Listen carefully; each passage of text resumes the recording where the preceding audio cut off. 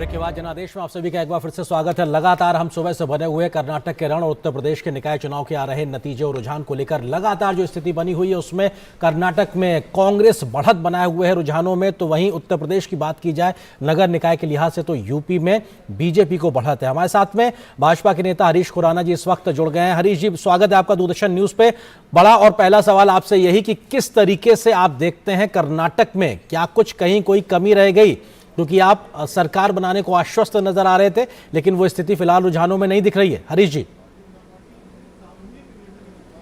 देखिए, कमी रह गई या नहीं रह गई वो तो अभी अगले 1-1.5 घंटे में पता लगेगा। लेकिन जो मेरी खबर है, आप अपने एंड पे चेक कर सकते हैं कि लगभग हमें 89 सीटों पे बढ़त है आज की डेट में। और जो मेरी खबर अभी लेटेस्ट खबर अभी 15 मिनट पहले की है, आप तो आपसे 78 दिखा रहे हैं, लेकिन मेरी खबर तो 89 की है। लेकिन जो भी कमी रह गई उसका तो आकलन जरूर होगा। लेकिन जो चीज़ें लगती हैं, जो हम शुरू से कहते आ रहे थे कि जेडीएस और कांग्रेस ए और बी टीम है, मुझे लगता है कि इन दोनों ने जो ध्रुवीकरण की राजनीति करी कि एक पर्टिकुलर सेगमेंट का वोट, एक पर्टिकुलर समुदाय का वोट एक तरफ ना जाए, मतलब बटे ना, उस तरह से जो स्ट्रैटेजी इन्होंने खेली वो कहीं ना कहीं मुझे लगता है कि ऑफ हैंड में कह सकता हूँ कि काम कर गई।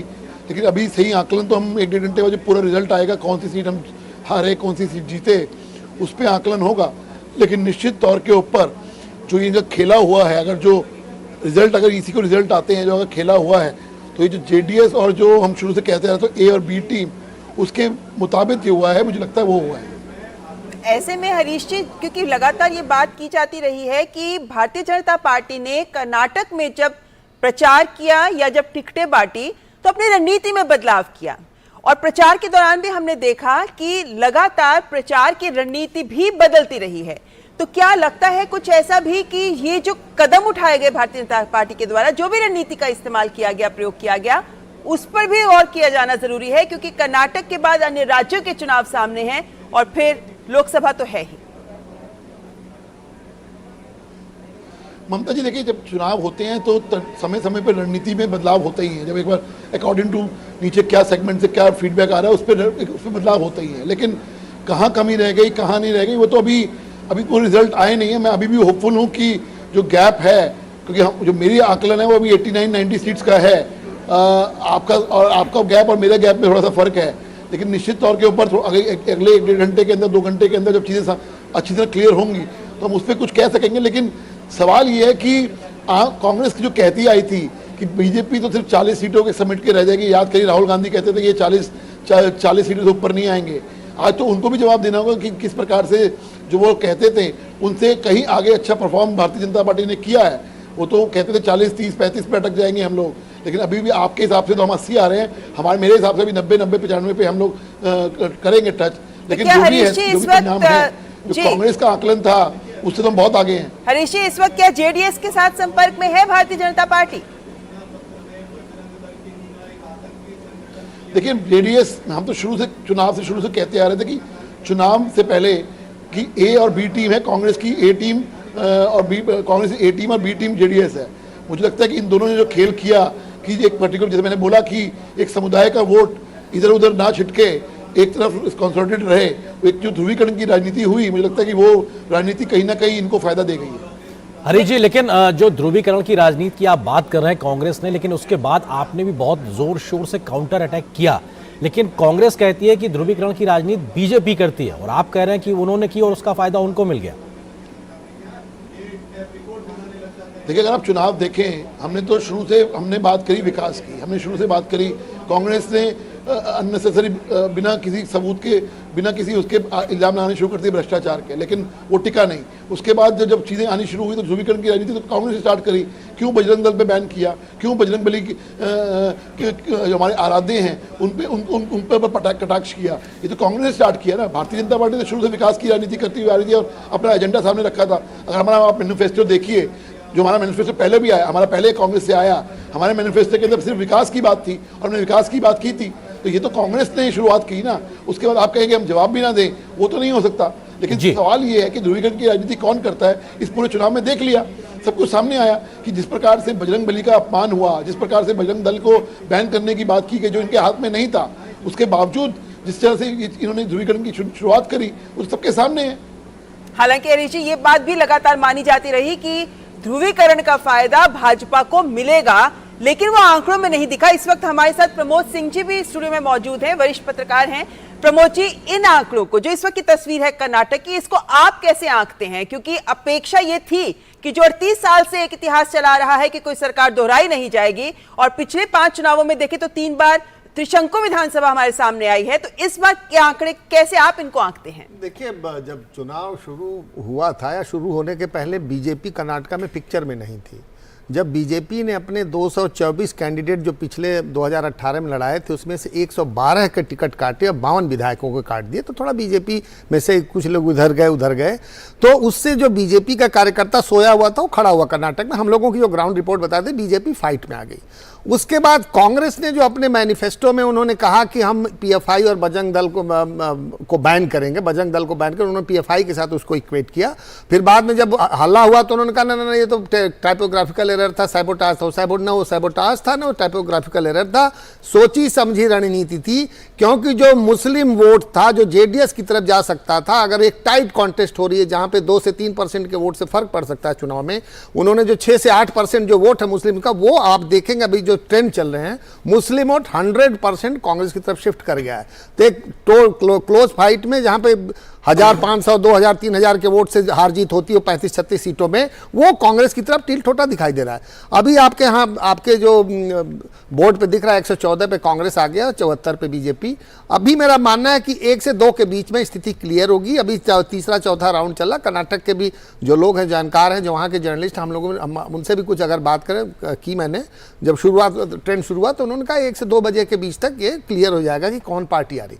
अगर कांग्रेस इस लीड को होल्ड ऑन करती है, क्लियर सरकार उनकी बनती है अपनी मेजॉरिटी पे, तो कांग्रेस की जीत है। अगर ये जरा सा भी, जैसे हरीश जी कर रहे हैं, नीचे ऊपर होता है, कांग्रेस 112 से नीचे आ जाती है, 106-7 पे आ जाती है, और बीजेपी 90 से 95 आ जाती है। जेडीएस को जितना मेल्ट डाउन लग रहा था उतना है नहीं। जेडीएस पिछली बार 38 सीटें जीती थी 2018 में, अभी 27-28 चला रहा है। उसके मुख्यमंत्री, जो पूर्व मुख्यमंत्री कुमार स्वामी, उनके बेटे दोनों चुनाव पे, एक चन्नपटना से, एक रामनगर से पीछे चल रहे हैं।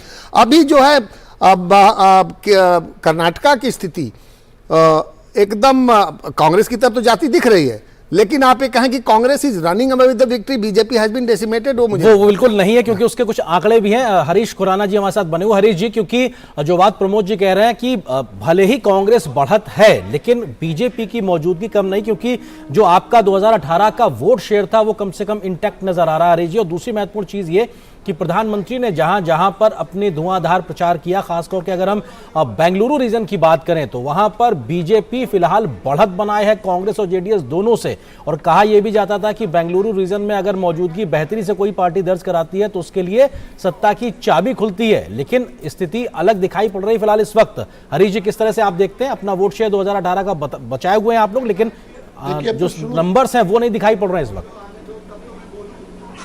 हरीश जी, देखिए, हम तो शुरू से कहते आ रहे थे कि जो कांग्रेस का दुष्प्रचार है, कांग्रेस शुरू से दुष्प्रचार करती हुई आ रही थी कि भारतीय जनता पार्टी को 35 सीटें मिलेंगी, 40 सीटें मिलेंगी, उससे तो बहुत आगे हैं। और हम जो पिछली बार वाला जो मार्क था उसके आसपास रहेंगे, हमारा पूरा अभी भी अनुमान है। क्योंकि अभी 3 या 4 राउंड, ठीक कहा प्रमोद जी ने कि अभी 3-4 राउंड हुए हैं, अभी तो आगे थोड़ा सा देखिए, अभी 1-1.5 घंटा में वेट करनी चाहिए। लेकिन निश्चित तौर के ऊपर ये कांग्रेस के ऊपर एक तमाचा भी मैं कहूँगा, क्योंकि कांग्रेस इस प्रकार से प्रचार कर रही थी कि भारतीय जनता पार्टी तो साफ है। प्रमोद जी ने बिल्कुल ठीक कहा कि शुरुआत में तो भारतीय जनता पार्टी कहीं नजर नहीं आ रही थी, इनके हिसाब से। हमारे हिसाब से तो हम अच्छा कर रहे थे, इनके हिसाब से कहीं नजर नहीं आ रही थी, जब तमाम जर्नलिस्ट भी कहते थे। लेकिन जिस प्रकार से जो रिजल्ट आ रहे हैं वो भारतीय जनता पार्टी के लिए वोट इंटैक्ट के माध्यम से सुखद है, लेकिन हमें और अच्छा करना चाहिए था। लेकिन जिस प्रकार से ध्रुवीकरण की राजनीति हुई, जो अभी तक के रुझान दिखने को मिल रहे हैं, ये कहीं ना कहीं एक तरफ, जो बिल्कुल ठीक कहा प्रमोद जी ने, कि जो एक तरफ रुझान जा रहे हैं, जो स्प्लिट होता था जेडीएस वर्सेस कांग्रेस, वो नहीं हुआ, मुझे कहीं ना कहीं लगता है वो तो। लेकिन अब आकलन किया जाएगा सीट बाई सीट, एक बार रिजल्ट आने के बाद जीत हार कर अंतर क्या है क्या नहीं है। लेकिन निश्चित तौर के ऊपर हम कहें कि बिल्कुल राउट आउट हो गए हैं, वो नहीं हुआ है। जी बिल्कुल हरीश जी, और ऐसे में चूंकि बहुत सारी सीटें ऐसी हैं जहां बहुत करीबी मुकाबला देखने को मिलेगा, इसलिए हमें भी इंतजार करना होगा जब तक कि रुझान भी स्पष्ट हो पाते हैं। हमारी संवाददाता आयशा खानम इस वक्त सीधे बेंगलुरु से हमारे साथ जुड़ गई हैं। आयशा, जब जमीन पर प्रचार होता है, क्योंकि आप तो बहुत करीबी से इस प्रचार को देखती रही हैं, तो जो जमीन पे प्रचार का प्रभाव दिखता है वो बाहरी तस्वीर अलग होती है। ऐसे में ये जो आंकड़े सामने आ रहे हैं, वो जो प्रचार का प्रभाव आम जन की जो सोच थी, क्या उससे मेल खाते नजर आ रहे हैं? क्योंकि बहुत सारी सीटों पर करीबी मुकाबला रहेगा और जब कुछ 100 सीटों से ही कई सारी सीटें पर निर्णय आता हो तो अंत तक इंतजार करना होता है। जी हाँ, बिल्कुल ममता, देखिए ग्राउंड पर जो प्रचार रहा, खासकर बीजेपी का प्रचार लास्ट वीक में जो रहा, वो काफ़ी दमदार और धुआंधार प्रचार रहा, क्योंकि उस वक्त बीजेपी के तमाम स्टार प्रचारक और केंद्रीय मंत्रियों ने कमान संभाली। देखिए, बीजेपी के कुछ आला नेता ये भी मानते हैं ऑफ द रिकॉर्ड कि कर्नाटक में कहीं ना कहीं जो आज इतनी सीटें आ रही है, जो बीजेपी का वोट शेयर इंटैक्ट है, ये तमाम चीज़ें इस वजह से है क्योंकि प्रधानमंत्री नरेंद्र मोदी ने यहाँ पर धुआंधार प्रचार किया और केंद्रीय मंत्रियों ने इस पूरे प्रचार को संभाला। कहीं ना कहीं कर्नाटक की सरकार, कर्नाटक के मुख्यमंत्री बसवराज बोम्मई ने बीजेपी को कहीं ना कहीं लेट डाउन किया, ये बीजेपी के आला नेता मानते हैं। देखिए, एंटी इनकम्बेंसी की जो वेव थी वो जरूर दिखाई दी, लेकिन 40% कमीशन का जो आरोप लगा था, और ये बहुत ही कड़ा आरोप था, संगीन आरोप था बसवराज बोम्मई पर, और अगर उस वक्त बीजेपी कमान संभाल लेती, मुख्यमंत्री बदल देती, क्योंकि उस वक्त भी चल रहा था कि मुख्यमंत्री बदला जाएगा, लेकिन ऐसा नहीं हुआ। और उस वक्त जो कॉन्ट्रैक्टर्स ने, ये देखिए 40% कमीशन का जो आरोप कांग्रेस का नहीं लेकिन कॉन्ट्रैक्टर्स का है, कर्नाटक के सरकारी काम करने वाले कॉन्ट्रैक्टर्स का है। उस वक्त अगर इन आरोपों की जांच होती तो हो सकता है कर्नाटक की सरकार आज स्थिति में होती कि वो वापस इस एंटी इनकम्बेंसी के वेव को क्रॉस करते हुए दोबारा सत्ता में आ सकती थी, लेकिन ऐसा नहीं हुआ। इसीलिए यही वजह है कि केंद्रीय नेताओं को बहुत मेहनत करनी पड़ी। बसवराज बोम्मई अपने आप को कॉमन मुख्यमंत्री मानते हैं, लेकिन उन्होंने यहाँ के लोगों का यह मानना है कि वो कभी कॉमन आदमी के साथ खड़े हुए नजर नहीं आए। जब 40% भ्रष्टाचार की बात हुई तो वो कॉमन लोगों के साथ नजर नहीं आए। तो ऐसे में केंद्रीय मंत्री बीजेपी के केंद्रीय नेतृत्व को भी कहीं ना कहीं एक फॉल्स मिसलीड स्टेटस दिया गया कर्नाटक से कि यहाँ पर एंटी इनकम्बेंसी नहीं है, सब कुछ संभाल लिया गया है। तो देखिए, ये आज इसके चलते आज बीजेपी की कुछ हद तक स्थिति कांग्रेस से पीछे चल रही है, लेकिन प्रधानमंत्री के प्रचार के चलते, जैसा कि आपने बताया, अर्बन वोट्स, बैंगलोर में 28 सीटें हैं और ये अर्बन सिटी है, और यहाँ पर युवा और आईटी क्षेत्र के लोग काम करने वाले काफी पॉपुलेशन है। और यहाँ पर प्रधानमंत्री नरेंद्र मोदी का जो प्रचार रहा, जहां जहां से साउथ बैंगलोर से गुजरा, सेंट्रल बैंगलोर से गुजरा, हमने देखा कि फर्स्ट टाइम वोटर्स, युवा वोटर्स भारी संख्या में आए थे और कई आईटी क्षेत्र से कई लोग वहां पर पहुंचे थे रोड शोज में, जिससे मैंने खुद बात की और उनका कहना था कि दिस मैन ब्रिंग्स मैजिक, यानी उनको हैरानी हुई कि प्रधानमंत्री इस तरह से प्रचार करके लोगों के सामने उन्हें इंप्रेस करते हैं और उनके नेतृत्व, उनकी पर्सनालिटी से प्रभावित थे। तो देखिए, ये जो यूथ वोटर्स हैं, युवा वोटर्स हैं, शहरी वोटर्स हैं, ये बीजेपी के ये तमाम सीटें जो है बीजेपी के पाले में आती हुई नजर आ रही है। आयशा, क्योंकि जो बात आप कह रही हैं वो कम से कम इस वक्त के रुझान में भी दिखाई पड़ रहा। आपने बेंगलुरु का जिक्र किया और लगातार प्रचार के समय हम और आप बात करते रहे, तस्वीरों को अपने अपने तरीके से उसको रेखांकित करते रहे। जब प्रधानमंत्री के 3 रोड शो हुए बेंगलुरु रीजन की अगर हम बात करें तो 32 में से 20 सीटों पर बीजेपी इस वक्त बेंगलुरु रीजन में बढ़त बनाए हुए प्रधानमंत्री का धुआंधार प्रचार रहा था। तो क्या जो बात आप लगातार कह रही हैं डबल इंजन में से, तो क्या जो राज्य का इंजन था उसकी कहीं कुछ कमियां रहीं जिसकी वजह से दूसरा जो केंद्र का इंजन था उसकी जोर आजमाइश भी शायद नतीजों में उतनी नहीं दिखाई पड़ रही है? आयशा जी, जैसे कि मैंने आपको साफ बताया कि कैसे कर्नाटक सरकार से जो उम्मीदें थी बीजेपी को और कर्नाटक के मुख्यमंत्री बसवराज बोम्मई से जो उम्मीदें थी, उन उम्मीदों पर बसवराज बोम्मई खरे नहीं उतर पाए। और उस वक्त बीजेपी अगर फैसला ले लेती कि मुख्यमंत्री बदला जाए तो हो सकता है बीजेपी को आज ये दिन देखना नहीं पड़ता। लेकिन जैसे कि हम बता रहे हैं कि केंद्र सरकार लगातार शुरू से कर्नाटक में केंद्र सरकार की योजनाएं हो या फिर प्रधानमंत्री के दौरे हो, ये चुनाव से पहले भी प्रधानमंत्री नरेंद्र मोदी कई इलाकों में, खासकर उन इलाकों में जो कृषि प्रधान इलाके हैं, इन इलाकों का दौरा किया, वहां से ग्राउंड कनेक्ट की। देखिए ये पूरा नतीजा, आज जो इतनी सीटें आप देख रहे हैं, ये प्रधानमंत्री की मेहनत का नतीजा है। और ये इसके चलते इतनी सीटें बीजेपी के पास आज इंटैक्ट हैं, वरना बीजेपी की स्थिति और भी कमजोर हो सकती थी। ये धुआंधार प्रचार, प्रधानमंत्री के जो जोरदार रोड शोज रहे और जो केंद्र सरकार की स्कीम्स रही, जो लाभार्थी वर्ग है, इन तमाम लोगों ने बीजेपी के साथ, अभी भी ये तमाम वर्ग बीजेपी के साथ खड़े हुए नजर आ रहे हैं। और कहीं ना कहीं अगर राज्य सरकार में भी इस तरह की तेजी होती, इस तरह का जोश होता, हो सकता है डबल इंजन सरकार की गति जो है, जो स्पीड जो है, वो और तेज होती और कर्नाटक में बसवराज बोम्मई गर्व के साथ एक बार फिर एंटी इनकम्बेंसी वेव को क्रॉस करते हुए दोबारा सरकार बना सकते थे, लेकिन ऐसी स्थिति बनती हुई नजर नहीं आ रही है। और ये देखना दिलचस्प होगा कि अगर बीजेपी 90 क्रॉस करती है तो जेडीएस उस वक्त इस पूरे सिनेरियो में आएगी, जेडीएस उस वक्त अपना पासा फेंकेगी और जेडीएस देखना चाहेंगे कि क्या जेडीएस की कंडीशंस, टर्म्स और कंडीशंस पर बीजेपी सरकार बनाने के लिए तैयार है। देखिए, जेडीएस की टर्म्स और कंडीशंस बहुत कठिन होते हैं और बीजेपी जैसी डिसिप्लिन पार्टी इस तरह के टर्म्स और कंडीशंस को मानने से रहे। तो ऐसे में बीजेपी क्या प्लान बी बनाया है, ये एक सरप्राइज हो सकता है। अगर बीजेपी 90-95 क्रॉस करती है तो बीजेपी कुछ ना कुछ रास्ता निकालेगी, और अगर जेडीएस के साथ कोalition सरकार बनती है तो किन टर्म्स और कंडीशंस पर बनती है, क्योंकि आयशा कहीं ना कहीं कह सकते हैं कि ये जो लड़ाई है ये आंकड़ों से आगे ये जद्दोजहद तक पहुंच सकती है अगर रुझानों में स्पष्ट बहुमत किसी को नहीं मिलता। फिलहाल आप बने रहिए हमारे साथ आयशा। यहाँ पे एक छोटे से ब्रेक के लिए रुकेंगे, ब्रेक के बाद एक बार फिर हाजिर होंगे जनादेश के साथ। Canara Bank presents Canara Premium Payroll Account. Free term insurance and instant overdraft facility. Avail unique advantages and benefits. Experience the best.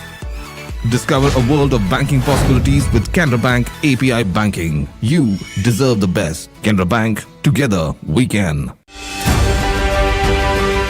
एक लेखिका का अंतर्मन, एक लेखिका का जीवन सफर। उड़िया लेखिका पारमिता शतपथी। लेखक होने के नाते वो जो संवेदनशीलता के वजह से ज्यादा जो मार्जिनलाइज्ड है वो ज्यादा प्रभावित करते हैं। लेखन एक तपस्या जैसे है, एक साधना है। 5.5 मीटर की मर्यादा से मैंने खुद को लपेट लिया है और अपनी गरिमा में खुद उलझ रही हूँ।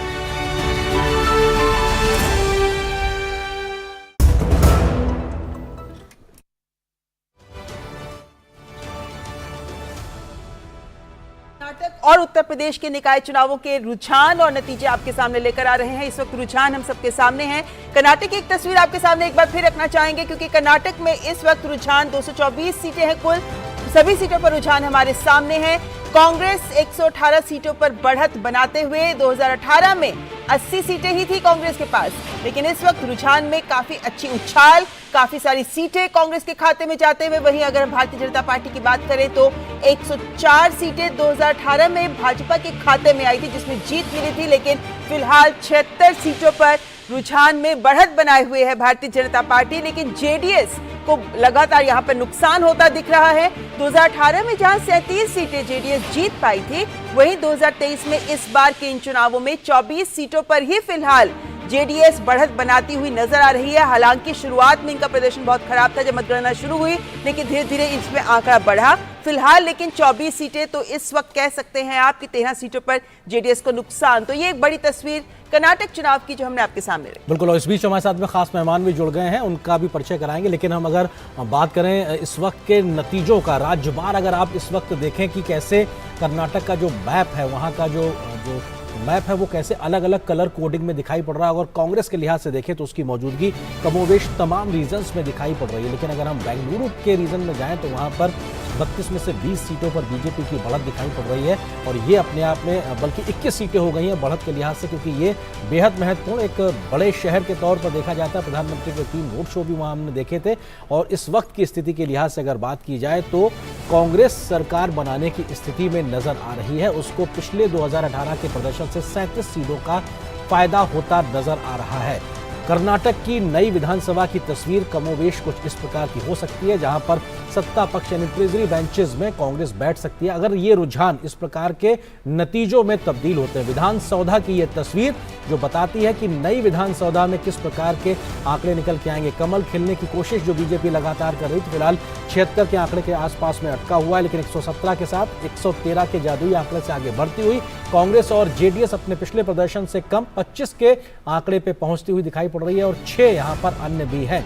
लेकिन अगर ये त्रिशंकु स्थिति आती है, हंग असेंबली की स्थिति आती है, तो ये अन्य हो चाहे जेडीएस हो, इनकी भूमिका बहुत बढ़ जाएगी, क्योंकि इसको भी ध्यान रख के आगे चलना होगा कि 2018 में भी किसी को पूर्ण बहुमत नहीं मिला था और अगर कमोबेश 113 के एटे फेटे की स्थिति कांग्रेस नहीं पार कर पाती है अंतिम नतीजों में, तो अपने आप में स्थिति परिस्थिति राजनीतिक लिहाज से अलग होगी। और राजनीति हमेशा से अपार संभावनाओं का खेल रहा है और वो हमेशा कर्नाटक में भी देखने को मिला। हालांकि एक बड़ा दक्षिण का द्वार कहा जाता है बीजेपी के लिए, लेकिन इस बार क्या कुछ द्वार खुला रहेगा या नहीं होगा, ये अपने आप में बेहद महत्वपूर्ण, इसको देखना समझना और ये बेहद दिलचस्प भी होगा कि जैसे जैसे दिन आगे बढ़ेगा क्या कुछ स्थितियां निकल के आती हैं। हम देख रहे हैं लगातार कि आंकड़े बदलते जा रहे हैं, जो किसी के खाते में ज्यादा तो किसी के खाते में कम। इसीलिए कहा जा रहा है कि जो अंतिम तस्वीर आएगी उसके लिए थोड़ा इंतजार करना पड़ेगा आज, क्योंकि बहुत सी सीटों पर कांटे का मुकाबला, कुछ 100 वोटों से ही सीटों पर नतीजों का परिणाम हमारे सामने आ सकता है। इस वक्त हमारे साथ प्रफुल्ल केतकर जी भी जुड़ गए हैं, जो ऑर्गेनाइजर के एडिटर हैं। प्रफुल्ल जी, इस वक्त के आंकड़ों को आप कैसे इनका एनालिसिस करते हैं, खासकर तब जबकि ये माना जा रहा है कि करीबी मुकाबला है। ऐसे में ये जो अन्य के खाते में सीटें आ रही हैं उसमें कल्याण राज्य प्रगति पक्ष और सर्वोदय कर्नाटक पक्ष जैसे भी पार्टियां हैं जिनके खाते में एक एक सीट जाती नजर आ रही है, तो इस करीबी मुकाबले में इन दलों का भी रोल आप कैसे देखते हैं? देखिए, सबसे पहले तो मैं ये कहना चाहूँगा कि कर्नाटक में जिस तरह का ट्रेंड रहा है और कर्नाटक में जिस तरह का वातावरण था, कांग्रेस को ये कंफर्टेबल इलेक्शन वैसे माना जा रहा था और कांग्रेस ने इसको बहुत लोकलाइज इलेक्शन, बहुत स्थानीय स्तर पर चुनाव लड़ने की रणनीति बनाई थी। लेकिन प्रधानमंत्री प्रचार में उतरने के बाद और खास करके कांग्रेस अध्यक्ष खड़गे जी का प्रधानमंत्री के लिए बयान और फिर मैनिफेस्टो में उन्होंने बजरंग दल के बारे में उल्लेख करना, ये चीज़ें कहीं ना कहीं बीजेपी ने इनकैश की, तो एक मोमेंटम बीजेपी के पक्ष में बना। मैं अभी भी मानता हूँ कि बेंगलुरु रीजन में बीजेपी अभी भी ठीक कर रही है।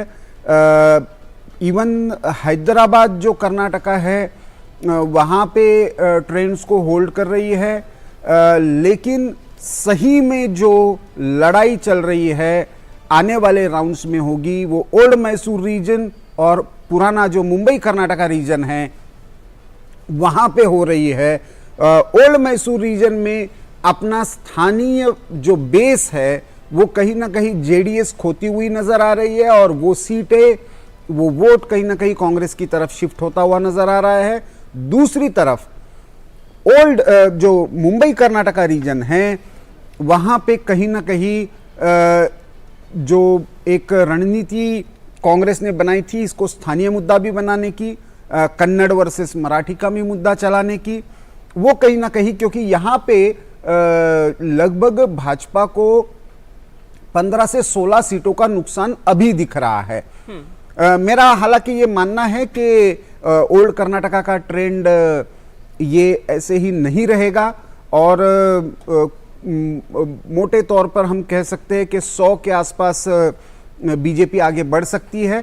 लेकिन ये किसके भरोसे, मतलब किसकी सीटें कम होके बीजेपी की बढ़ेगी, क्योंकि लगभग 224 के आसपास का रुझान अब इलेक्शन कमीशन के वेबसाइट पर भी आ गया है, 217 के आसपास जी।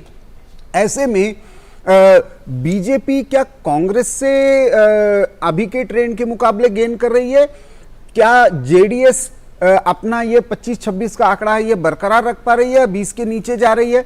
ये सारी चीजें मुझे लगता है अंतिम चित्र को, लेकिन क्योंकि आईपीएल का सीजन है तो मैं कहूंगा कि लास्ट बॉल तक मैच चल सकता है। बिल्कुल, लास्ट बॉल तक मैच चल सकता है। मनोज यादव बीजेपी के प्रवक्ता नेता हमारे साथ इस वक्त जुड़ गए हैं। मनोज जी, स्वागत है डीडी न्यूज पे आपका जुड़ने के लिए। सवाल यही कि लास्ट मिनट तक मैच चल सकता है T20 के लिहाज से, प्रफुल्ल जी इस बात को कह रहे हैं, तो क्या अभी भी कोई उम्मीद बाकी बीजेपी के लिए, क्योंकि अभी नतीजे में तब्दील होना ये ट्रेंड बाकी मनोज है। जी से बात करें उससे पहले एक बार फिर आंकड़ों पर नजर डाल लेते हैं, क्योंकि इस वक्त फिर आंकड़े ये दिखा रहे हैं कि भारतीय जनता पार्टी जो अभी तक 74, 76, 77 अब 78 पर नजर आ रही है और कांग्रेस 114 सीटों पर बढ़त बनाए हुए है और जेडीएस का आंकड़ा जरूर ऊपर नीचे हो रहा है। तो जैसे प्रफुल्ल जी आप कह रहे थे कि किसके खाते की सीटें बीजेपी के पास आएंगी या किसकी कम ज्यादा होती हैं, तो कहीं ना कहीं जेडीएस पर सबकी नजर लगी है। मेरे को लगता है जेडीएस के नेताओं की भी धड़कनें इस वक्त बड़ी होंगी, क्योंकि उनके आंकड़ों में काफी उछाल नजर आ रहा है। प्रमोद जी, आपको लगता है कि ये बहुत महत्वपूर्ण चीज है कि इस वक्त इस बार, क्योंकि हमने देखा है कि कर्नाटक में जातिगत समीकरणों पर भी पूरा ध्यान सभी पार्टियों ने दिया, प्रचार पे भी बहुत ज्यादा ध्यान दिया गया, तो सबने अपनी तरफ से जोर पूरा लगाया और इसीलिए हर एक सीट का आंकड़ा घटता बढ़ता लगातार नजर आ रहा है। ये कर्नाटक जो है, अगर आप देखेंगे पोलस्टर्स की बात करें, राजनीतिक विश्लेषकों की बात करें, तो बड़ा मुश्किल राज्य है बताने के लिए, क्योंकि वहाँ एक एक सीट का सबका गणित जो है पोल अरिथमेटिक डिफरेंट है। अब हम जानते हैं कि वहाँ पे लिंगायत, वोकलिंगा, कुर्बा और फिर SC ST की बात आ जाती है और फिर मुस्लिम वोट भी है वहाँ पे, उसका सब अपना चलता है। तो बीजेपी में के साथ जो मेरा मानना है कि जो वोट में जो थोड़ा सा कटाव हुआ लिंगायत में, जब वो सावडी, लक्ष्मण सावडी और जगदीश शेट्टर जो है बीजेपी से अलग हो गए, खैर वो राजनीति में होता रहता, तो कांग्रेस के भी कुछ नेता बीजेपी में आए। और अब यहाँ पे जो चल रहा है अभी जो कर्नाटक के चुनाव को देखते हैं, आप देखें कुछ सीटों में चुनाव रिजल्ट की घोषणा 9 से 10 बजे 11 बजे तक बच सकता है और 35 से 40 सीटें ऐसी हैं जहां पे एकदम सीसॉ बैटल चल रहा है। तो अगर हमको अभी आपको जो 118, 114, 78 दिख रहा है, हो सकता है उसमें परिवर्तन आ जाए, जैसे आयशा भी बोल रही थी, परिवर्तन आ सकता है 3 से 4 बजे के बीच में। अगर कांग्रेस लीड को होल्ड करती है तो उनकी क्लियर मेजॉरिटी 113 पे सरकार बनेगी। अगर बीजेपी 90 पार करती है और जेडीएस अपने 25, 26, 27 जो सीटें उसकी होल्ड करती है, फिर कांग्रेस के लिए मुश्किल होगी। कांग्रेस को सरकार बनाने के लिए 113 सीटें चाहिए। मनोज यादव जी हमारे साथ जुड़ गए हैं। मनोज जी, क्या कहें इस बार के आंकड़ों को देखकर, क्योंकि बहुत देर से 70, 74, 78 तक पहुंच रही है बीजेपी का जो रुझान में दिख रही है बढ़त, जिन सीटों पर बनाई हुई है, धड़कनें बढ़ी हुई हैं आपकी भी क्या?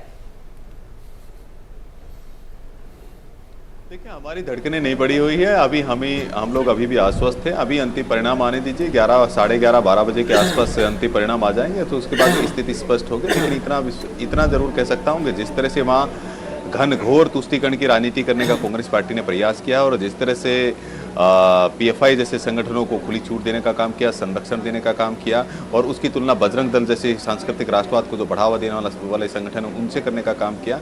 ऐसे लोग जो लगातार तुष्टीकरण को प्रमोट करते हैं, उसका हो सकता है थोड़ा बहुत एक कारण रहा होगा। लेकिन इतना है कि आज एक बात तो स्पष्ट हो गई है कि यदि हमको जो भी जनादेश मिलेगा तो भारतीय जनता पार्टी के लिए ना तो लोकतंत्र में खतरे में आएगा, ना EVM खतरे में आएगी, ना निर्वाचन आयोग को हम लोग गाली देने वाले हैं। आज मैं कांग्रेस पार्टी से पूछना चाहता, अगर उनके कांग्रेस के प्रवक्ता होते कि आज EVM सुरक्षित है, लोकतंत्र सुरक्षित है या आज भी खतरे में आ गया है। जिस तरह रणदीप सुरजेवाला ने कल कहा कि अफ्रीका से EVM प्रयोग हो रही है, जो अफ्रीका में तो EVM का प्रयोग ही नहीं होता है। तो एक ऐसी पार्टी जो लगातार तुष्टीकरण की राजनीति करती है और एक ऐसी पार्टी जो सबका साथ सबके विश्वास के साथ चलती है, भारतीय जनता पार्टी को अगर जो भी जनादेश मिलेगा हम निश्चित रूप से उसको सम्मान देंगे और सर माथे पर उसको लेंगे। मनोज जी, लेकिन जो तुष्टीकरण की कोशिश कांग्रेस ने की थी बजरंग दल को बैन करने को लेकर, उसके बाद आपने भी काउंटर अटैक बहुत तेज गति से किया था।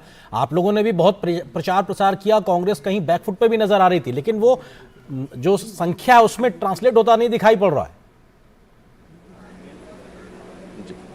देखिए, जो भी भारतीय संस्कृति के लिए, भारतीय राष्ट्रवाद के लिए और भारत के जो आराध्य देव हैं, श्री राम को, अस्तित्व को नकारने वाले, बजरंग बली को अपमानित करने वाले लोग और गैर संवैधानिक तरीके से अगर धर्म के आधार पर आरक्षण देंगे और PFI जैसे जो आतंकी संगठनों को संरक्षण देने का काम करेंगे, तो हम लोग चाहे पक्ष में रहे, चाहे सत्ता पक्ष में रहे, डंके के चोट के ऊपर उनके पक्ष में हम आवाज उठाएंगे कि कोई भी हमारे हिंदू समाज को अपमानित नहीं कर सकता है। लेकिन जो भी जनादेश आया है उसका एक कारण और भी है कि जिस तरह से 37 सालों का एक ट्रैक रिकॉर्ड रहा है वहां का, कर्नाटक का, कि वहां पर 5 साल का एक टर्म चलता है, 5 साल कांग्रेस, 5 साल भाजपा, तो ये भी एक कारण हो सकता है। और जनता ने जिस तरह से हमें, अगर जो भी स्थिति हमारे सामने आएगी हम उसको स्वीकार करेंगे। मनोज जी, ऐसा कौन सा आंकड़ा है जिसको लेकर भाजपा अपने आप को इतना सेफ मानेगी कि चलिए अब हम सरकार बनाने का प्रयास कर सकते हैं, क्योंकि अभी भी 79 सीटों पर बढ़त बनी हुई है भाजपा की, आंकड़ा बढ़ता नजर आ रहा है।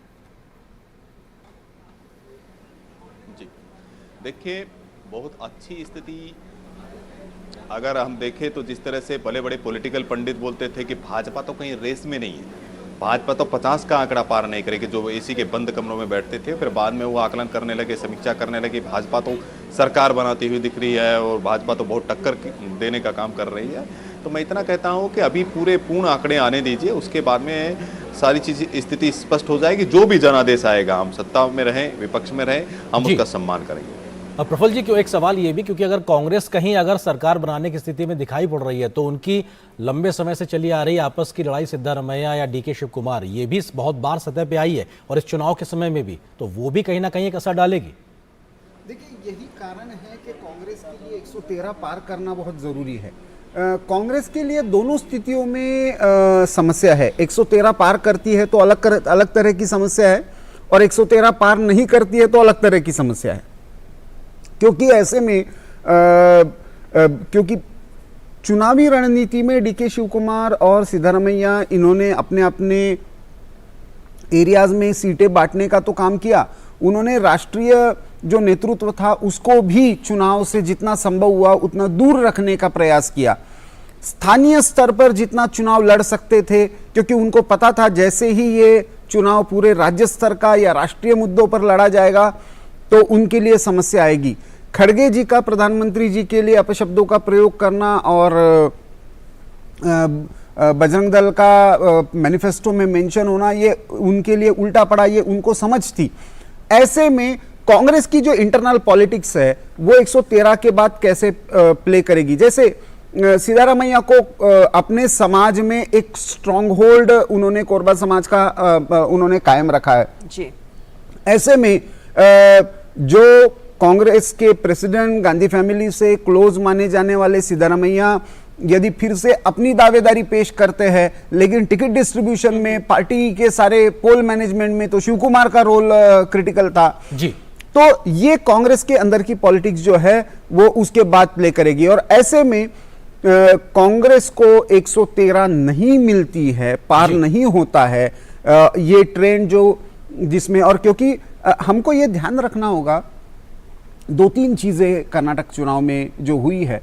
एक तो 73% का वोट हुआ है, तो ऑन एन एवरेज 1.5 लाख के आसपास वोट गिरे हैं। अभी मेरा ऐसा अंदाजा है कि फर्स्ट या सेकंड राउंड का वोटिंग जो है वो काउंटिंग बहुत सारे इसमें हुआ होगा, तो कम से कम 7 या 8 या 10 राउंड हर जगह पे बाकी होंगे काउंटिंग के जी।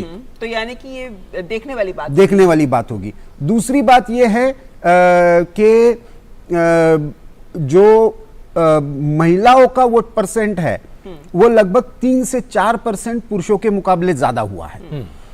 बीजेपी जो बेनिफिशियरीज की बात करती है उसमें महिला बेनिफिशियरी ज्यादा होने के कारण, तीसरा महत्वपूर्ण फैक्टर मैं जो कह रहा हूं कि जो उत्तरी हिस्सा है, खास करके जिसको मुंबई कर्नाटक कहा जाता है, जहां पे बीजेपी को अभी भी 15 से 16 सीटों का नुकसान होते हुए दिख रहा है, वहां पे क्या बीजेपी कुछ गेन कर पाती है या नहीं, इस पर बहुत सारी, अभी आपके हिसाब से 15 सीटों का नुकसान सीधे सीधे बीजेपी को इस अभी रुझानों में दिख रहा है। प्रफुल्ल जी, हम इसके ऊपर वापस आएंगे, लेकिन उससे पहले एक बार, क्योंकि इस वक्त मतगणना हम जानते हैं कर्नाटक में जारी है और इस वक्त हमारे संवाददाता ने भाजपा के नेता सदानंद गौड़ा से खास बातचीत किया है। एक बार बातचीत सुन लेते हैं, फिर वापस आते हैं, चर्चा को आगे बढ़ाते हैं।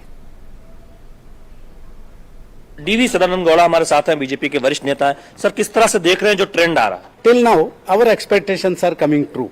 We are ahead of other political parties, Congress or JDS. आपको लगता है कि बीजेपी जो आप कह रहे हैं कि सत्ता में आएगी, लेकिन ट्रेंड्स तो अभी उस तरह से बता रहे हैं कि कांग्रेस थोड़ा से आगे? No, that is what I told. It is too early to comment about the total results. The outcome will be clear at about 12:30, 1 o'clock. JDS sir बार बार कहती है कि वो किंग बनना चाहती है, इतनी कम सीट के बावजूद हमने 2 बार देखा कि वो उनका मुख्यमंत्री बना, तो जेडीएस की किस तरह से भूमिका लेना? Every political party wants to come to power. So similarly, JDS, even though they are a regional party, they wants to come to power. That's all. DV Sadananda Gowda जो कह रहा है कि उन्हें अभी भी लगता है कि भारतीय जनता पार्टी के पक्ष में ट्रेंड जाएगा, और जो फीडबैक है जमीनी स्तर पर वो बताता है कि भारतीय जनता पार्टी अंततः जब ट्रेंड चेंज होगा तब राज्य में बेहतर प्रदर्शन करेगी, और अभी तो पहला शुरुआती राउंड ही हुआ है, लिहाजा कुछ कमेंट करना उचित नहीं होगा। कैमरामैन CK अशोक के साथ शैलेंद्र मिश्र, डीडी न्यूज बेंगलुरु। और हमारी सहयोगी आयशा खानम हमारे साथ बेंगलुरु से लगातार जुड़ी हुई। आयशा, अगर कांग्रेस के अंदर खाने से बात की जाए तो सुबह खबर ये भी आई थी कि सिद्धारमैया अपनी वरुणा सीट की जो उनकी सीट है वहां पे उस इलाके में गए हुए हैं। बेंगलुरु में जो खड़गे साहब है वो मौजूद हैं, डीके शिव कुमार मौजूद है, उनके बीच में लगातार बातचीत भी हो रही। लेकिन रिसोर्ट पॉलिटिक्स को लेकर भी कांग्रेस के अंदर खाने लगातार बात चल रही थी, क्योंकि हम जिक्र कर रहे थे कि अगर कांग्रेस इस स्थिति में आती है कि सरकार बनाएगी तो होगा कौन, सिद्धारमैया या डीके शिव कुमार, क्योंकि अंतिम समय आते आते 3 पावर पिलर का जिक्र होने लगा था। खड़गे साहब की भी दावेदारी की बात होने लगी थी। आयशा जी बिल्कुल सही कहा नरेंद्र आपने। अगर कांग्रेस बहुमत हासिल भी कर लेती है, 113 का आंकड़ा पार भी कर लेती है और सरकार बनाने की खुशी में आगे भी बढ़ती है, तो आगे कांग्रेस के लिए बहुत बड़ी चुनौतियां हैं, क्योंकि मुख्यमंत्री के दावेदार को लेकर 3 नहीं बल्कि 16 उम्मीदवार हैं यहाँ पर। इनमें से लिंगायत से भी दावेदार हैं, जो एमबी पाटिल हैं, दलित फेस हैं, परमेश्वर जो उप मुख्यमंत्री थे वो भी दावेदार हैं। उसके अलावा कम से कम 16 लोग हैं जो अपनी दावेदारी पेश कर चुके हैं। लेकिन सबसे बड़ी मुसीबत कांग्रेस के लिए यह होगी कि अगर सिद्धरामैया और डीके शिव कुमार के बीच में यह लड़ाई आकर रुकती है तो किसको मुख्यमंत्री बनाया जाए, क्योंकि डीके शिव कुमार पर इस वक्त केसेस चल रहे हैं। इस वक्त जो कानूनी शिकंजे में वो फंसे हुए हैं, मनी लॉन्ड्रिंग केसेस उन पर हैं, डिस्प्रोपोर्शनेट एसेस केस उन पर चल रहा है। हाल ही में कर्नाटक सरकार ने सीबीआई को उन पर जांच शुरू करने की इजाजत भी दे दी है। इसको लेकर वो कोर्ट भी गए थे और कोर्ट ने उनकी ये पिटीशन, डीके की पिटीशन जो है खारिज कर दी थी। तो अब कभी भी हो सकता है कि डीके के ऊपर ये जांच भी शुरू हो सकती है। तो अगर डीके मुख्यमंत्री बन जाते हैं तो ये इस केस का क्या होगा, क्योंकि देखिए दक्षिण में ठीक इसी तरह का केस जयललिता के ऊपर चल रहा था। जयललिता जब मुख्यमंत्री थी, जयललिता के ऊपर भी डिस्प्रोपोर्शनेट एसेस केस चल रहा था और मुख्यमंत्री के पद से उन्हें हाथ धोना पड़ा। जब ये केस लगातार सुनवाई के लिए बेंगलोर की कोर्ट में चला तो सिद्धरामैया पर भी ठीक उसी तरह के चार्जेस माफ कीजिएगा, डीके शिव कुमार पर भी ठीक उसी तरह के चार्जेस हैं। मनी लॉन्ड्रिंग केस में वो पूरी तरह से फंसे हुए, तो कानूनी उलझने भी बढ़ सकती है कांग्रेस के लिए। ऐसे में कांग्रेस अब बीच का रास्ता क्या निकालेगी? ऐसे में खुद डीके शिव कुमार ने यह कहा कि अगर मल्लिकार्जुन खड़गे मुख्यमंत्री बन जाते हैं तो मुझे इसमें कोई आपत्ति नहीं है, लेकिन उन्होंने ये कभी नहीं कहा कि मैं पद सिद्धरामैया को छोड़ के दे दूंगा। उन्होंने ये कहा कि अगर मल्लिकार्जुन खड़गे मुख्यमंत्री बनते हैं तो मुझे इससे कोई आपत्ति नहीं, ये एक एक्सेप्टेबल तीसरा रूट होगा।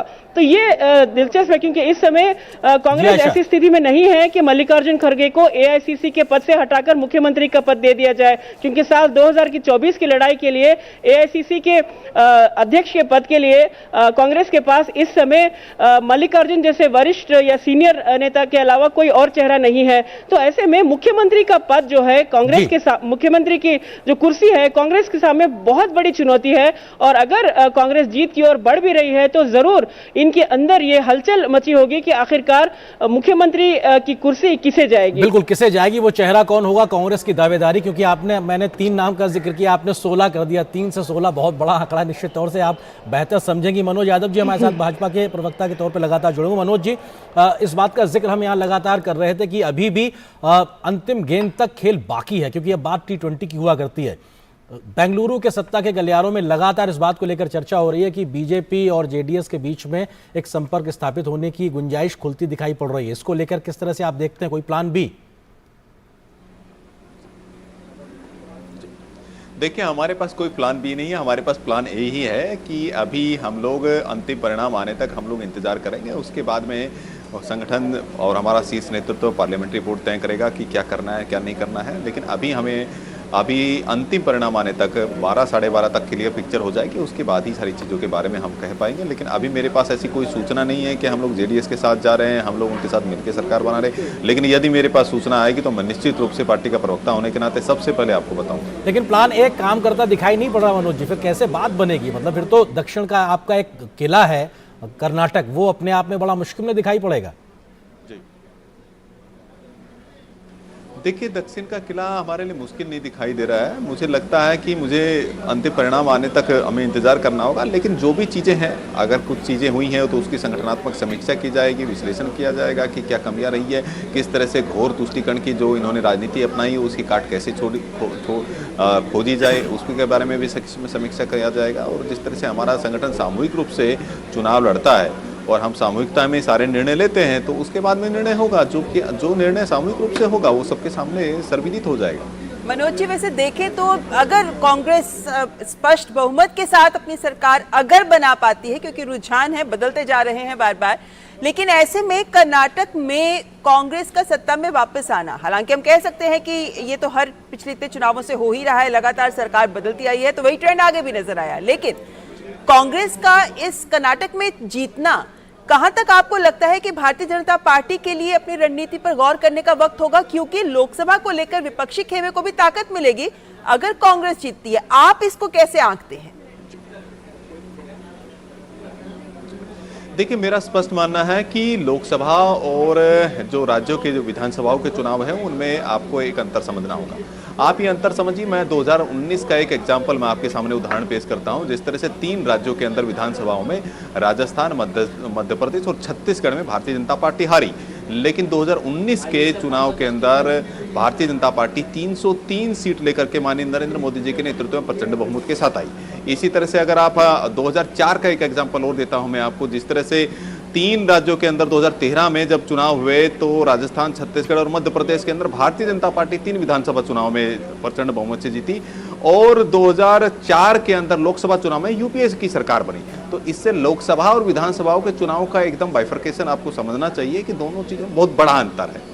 तो अभी लोकसभा के चुनाव के लिए अभी मुझे नहीं लगता कि इस तरह की बातें कयास लगाने वाले, ठीक है पॉलिटिकल पंडित लगा सकते हैं, लेकिन ऐसा कुछ होने वाला नहीं। 2024 में माननीय नरेंद्र मोदी जी के नेतृत्व में भारतीय जनता पार्टी प्रचंड बहुमत के साथ सरकार बनाएगी। हालांकि कर्नाटक खुद इस बात की बानगी प्रस्तुत करता रहा है मनोज जी की विधानसभा के अंदर चाहे वो ना करे, लेकिन लोकसभा में वो आगे बढ़कर भारतीय जनता पार्टी के लिए कर्नाटक में पिछले 3 चुनाव दिखाते हैं कि ये स्पष्ट एक दिखता ही है। 2019 में उनका 51% के आसपास वोट मिला था। प्रमोद जी किस तरह से आप देखते हैं, क्योंकि कर्नाटक से जो खबरें हैं उसमें ये भी कि साहब कांग्रेस अपने खेमे को इंटैक्ट रखने के लिए रिसोर्ट बुक कराने की ओर आगे बढ़ती हुई दिखाई पड़ रही है। अब उसमें जैसे प्रफुल्ल जी बोल रहे थे कि डीके शिव कुमार कांग्रेस के अध्यक्ष हैं प्रदेश के, ज़्यादातर टिकट उन्होंने अपने लोगों को दिए होंगे, और सिद्धरामैया जी का क्लेम है कि एक बार वो चीफ मिनिस्टर रह चुके हैं, लेकिन सिद्धरामैया के खिलाफ एक बात और जाती कि जब वो चीफ मिनिस्टर थे तो कांग्रेस हार गई थी चुनाव, 77 पे आ गई थी बीजेपी, 104 पे आ गई थी, 40 से 104 पे आ गई थी। तो और उसमें अब अगर वही बात हो रही है, अगर बीजेपी 90 सीट पार कर जाती है और जेडीएस अपनी जो 25-26 सीट होल्ड करती है, तब फिर इन दोनों की सरकार बन सकती है। कांग्रेस के लिए 113 सीट का ले आना बहुत जरूरी है। अभी आपका जो हम ग्राफ देख रहे हैं कि ओल्ड माइसूरू जैसे प्रफुल्ल जी भी करते हैं, कांग्रेस को 32 सीट का गेन दिखाई दे रहा, मतलब कि जेडीएस का जो वोट था, जो हम लोगों को लग रहा था कि बीजेपी ओएमआर में अच्छा करेगी, वहां पे वो सीट्स जो मुस्लिम वोट के ट्रांसफर होने के बाद से बीजेपी को नुकसान हुआ, कांग्रेस आ गई। मध्य कर्नाटक में भी कांग्रेस को फायदा है।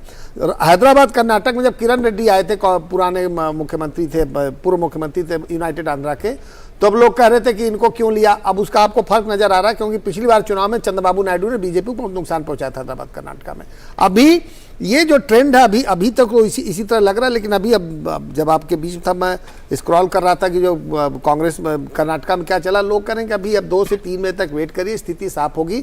बहुत ही टाइट कॉन्टेस्ट है, कुछ सीट में वो कहीं किसी भी तरफ जा सकती है। हो सकता है कि कांग्रेस की 20 सीट और बढ़ जाए, हो सकता है बीजेपी की बढ़ जाए, तो नीचे ऊपर चल रहा है, एकदम सीसॉ बैटल है इस समय।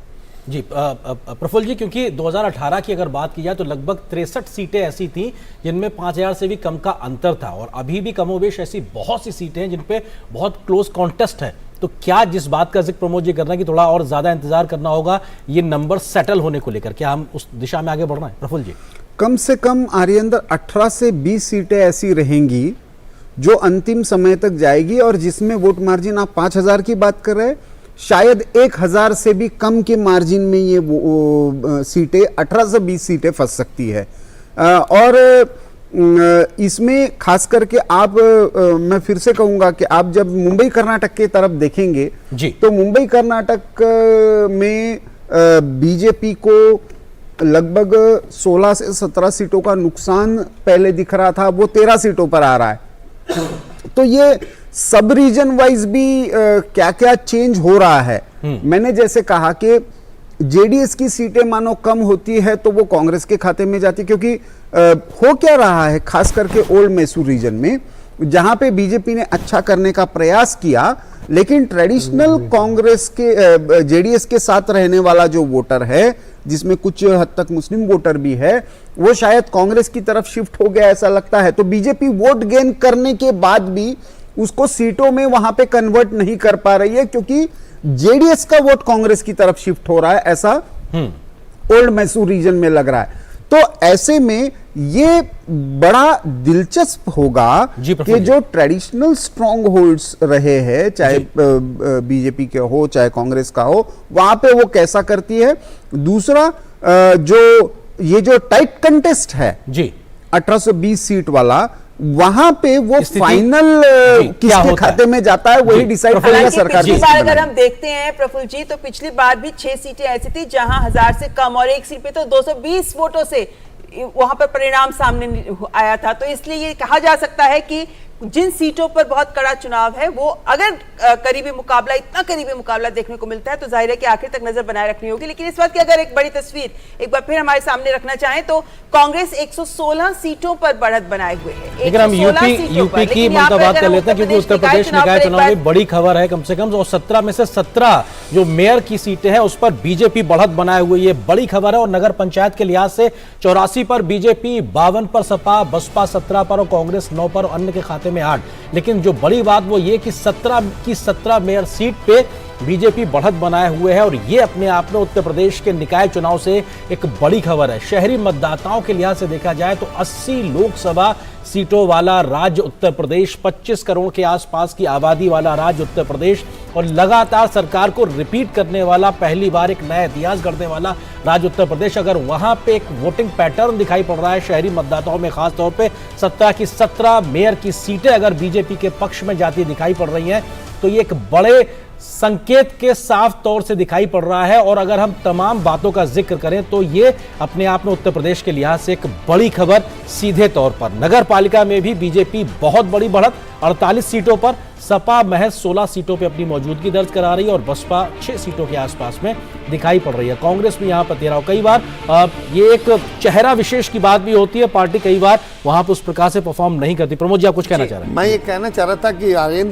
जो उत्तर प्रदेश के निकाय चुनाव का जो परिणाम आप दिखा रहे हैं, ये बहुत ही महत्वपूर्ण है, क्योंकि अब 2024 का चुनाव बहुत ज़्यादा दूर नहीं है, और रायसीना हिल्स का रास्ता दिल्ली में उत्तर प्रदेश के मार्फत आता है। 80 की 80 सीटें, और बीजेपी का जो अब की लक्ष्य है कि 75 से कम सीटें नहीं जीतनी है।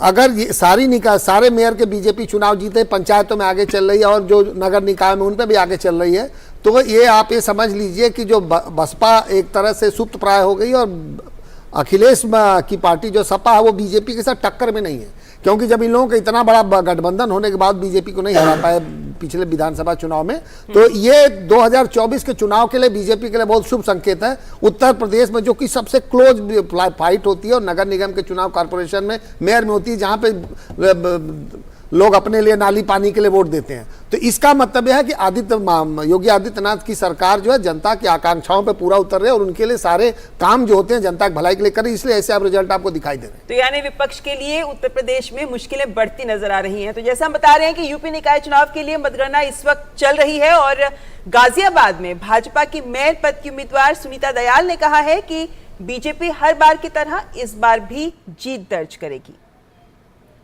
भाजपा विजयी होकर निकलेगी, हमेशा से भाजपा ही विजय रही है। एक मुद्दा जन जागृति करके, और ये जो सुंदर बना है गाजियाबाद, इसको और आगे ले जाके हेल्दी कंपटीशन होना चाहिए, इंदौर को पीछे छोड़ें, है स्वस्थ परंपरा, अच्छाई की तरफ देखेंगे तो अच्छा काम करने की प्रेरणा मिलेगी। उत्तर प्रदेश नगर निकाय चुनाव के लिए मतगणना लगातार जारी है, उसके आपको रुझान भी दिखा रहे हैं। हमारे संवाददाता रामेंद्र सिंह ने लखनऊ के एक मतगणना केंद्र की स्थिति का जायजा लिया, क्या कुछ निकल के आया आपको दिखाते हैं। ये रमाबाई अंबेडकर मैदान के मतगणना स्थल है, जहां नगर निगम की मतगणना चल रही है। अलग अलग जोन वाइज मतगणना की जा रही है। नगर निगम के महापौर के साथ साथ जो वार्ड हैं 110 उनकी भी मतगणना अलग चल रही है। हम कैमरामैन से चाहेंगे कि दिखाएं किस तरह हर वार्ड अलग अलग मतगणना हो रहा है, हर वार्ड का जोन वाइज बांटा गया है। जिलाधिकारी ने बताया है कि 2 से 3 बजे तक ये मतगणना का कार्य संपन्न हो जाएगा और रिजल्ट देने की स्थिति में ये रहेंगे। अभी तक जो कार्य है वो तेजी से चल रहा, सुचारू रूप से चल रहा है, और यहाँ पर पूरी सुरक्षा का बंदोबस्त किया गया, मतदान अभिकर्ता लगे हैं कि किसी प्रकार का कोई दिक्कत न हो, उनको भी संतुष्टि मिले कि किस तरह उनके क्या वोट आए हैं, ये जानकारी उनको रहे। तो पूरी तैयारियों के साथ मतगणना का काम चल रहा है और उम्मीद है कि जो नेताओं ने अभी तक किया है, जो रैलियां की हैं, जो काम किया है, उसके आधार पर जनता ने जो मत दिया है उसका रिजल्ट आने का वक्त है। कैमरामैन विवेक कश्यप के साथ रामन सिंह, डीडी न्यूज, लखनऊ। तो ममता कह सकते हैं अपने आप में उत्तर प्रदेश के लिहाज से बीजेपी के लिए बड़ी खबर, क्योंकि यूपी एक बड़ा राज्य है और वहां के शहरी निकाय के नतीजे या रुझान इस वक्त अपने आप में बड़ी स्थिति दिखाते हैं।